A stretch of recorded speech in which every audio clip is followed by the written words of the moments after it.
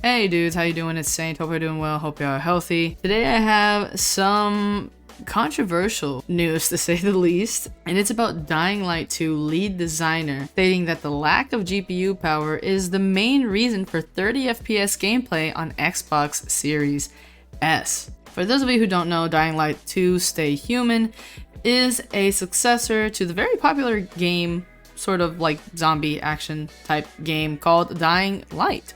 So it came out a few days ago and it's kind of like been a big hit, yada yada. It's big success on Steam, but the game actually does have some negative things, specifically in regards to how it plays on consoles. On PS5 and Xbox Series X, Dying Light 2 allows players to choose from 3 different modes. One graphics option focuses on running at the maximum possible resolution, while another aims to deliver a stable 60 FPS experience. The third option, known as quality mode, adds ray tracing and other graphical features. Both resolution mode and quality mode run Dying Light 2 at 30 FPS on PS5 and Xbox Series X. The Xbox Series S, however, only has one graphics mode, and apparently Timon Smektala, the lead designer of Dying Light 2, has an answer for it. The Twitter thread goes like this. So this person called Lucius Wolf or Leo K sent kind of like a tweet out to Timon saying, "My partner and I get very sick and have to stop playing DL2 because of motion blur, lack of FOV slider, 30 FPS, and head bobbing on Series X and S.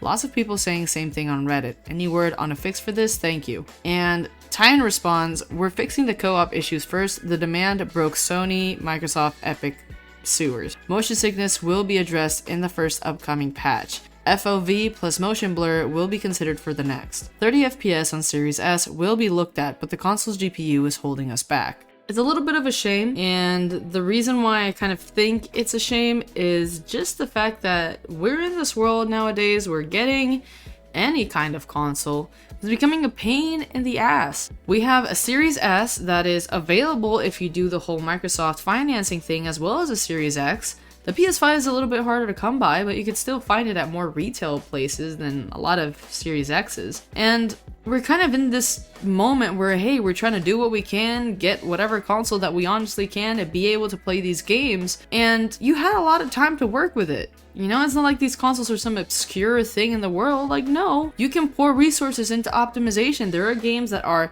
graphically just phenomenal and are very well optimized. So my question is, why is this developer blaming the Series S on Dying Light's shortcomings? These Series S's were made precisely to keep into account that some people can't afford spending $600 or $500 on an X console. So they made a more accessible version for those people who want kind of like that entry level into this generation of consoles. The fact that they don't even put in the effort to be like, hey, yeah, let's try and make this game as nice as possible and give the player as much opportunities as we possibly can, so that regardless of what budget they're having, they can at least have a smooth experience, or they can have an experience that they're gonna have fun with. I'm not saying 30 FPS is bad. Hey, 30 FPS is completely reasonable. My videos are recorded in 30 FPS. I have no issue with that. But the fact that this console, I am well aware, is capable of at least running 60 FPS at 1080, it's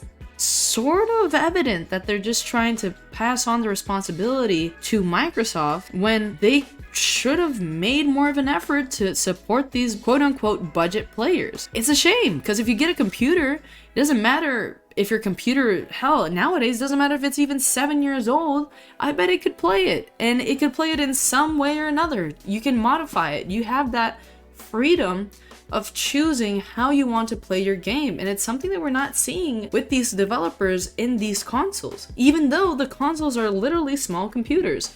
So I don't know, man. I think that they need to kind of step up in general, just all the gaming community, not just them, because I'm sure there's going to be a lot of other developers that are going to use this crappy excuse to not optimize their games properly. We really need to make sure that, hey, we're taking these budget friendly options into account, you know, because not everyone has $700, $800, $900 and upwards of $1,000 to spend either on a console or a high-end gaming PC. Even for $1,000 nowadays, you can't even get a decent gaming PC. So to just close the idea out, we really need to start thinking about the players that are on a budget and that have found their entry point into this generation and deserve the best experience they could possibly get. So I don't know, at least, hey, make sliders. I don't know why developers aren't making sliders for console games. Dude, you make them for the PC. You know, just change a slider or two, okay? Add a couple, do something. But the whole thing of like acting like a console isn't a mini PC, so like we're just gonna cut off its wings and make sure that you can just fall into the little categories we put the console in. It's dumb. Like, it's so, you could do so much with a PC that you should be able to do with an Xbox Series S or an Xbox Series X. Why not give the player that freedom of choosing how they want to play their game? Maybe they want 60 FPS and they want a little bit less of graphical fidelity. Maybe they want to tune down the shadows a little bit or something like that to be able to reach that 60 FPS without severely affecting the graphics of the game. Why aren't they able to do that? It's a device that's perfectly capable of doing so. Why? So I don't know. I think this is dumb. But hey, you know, you may have different opinions than I do, so please let me know. Hey, do you agree with Dying Light 2 saying that the Xbox Series S is holding all of us back? Or do you think that they should still make an effort to do more customization options for the gamer experience? Let me know what you think. Leave a like, subscribe, hit that notification bell. I upload videos every single week about tech or gaming. Remember to follow me on Instagram, Twitter, and Twitch at StWolven, as well as join the pack on Discord. Thank you for watching, my dudes, and I hope you have a good one. Bye-bye!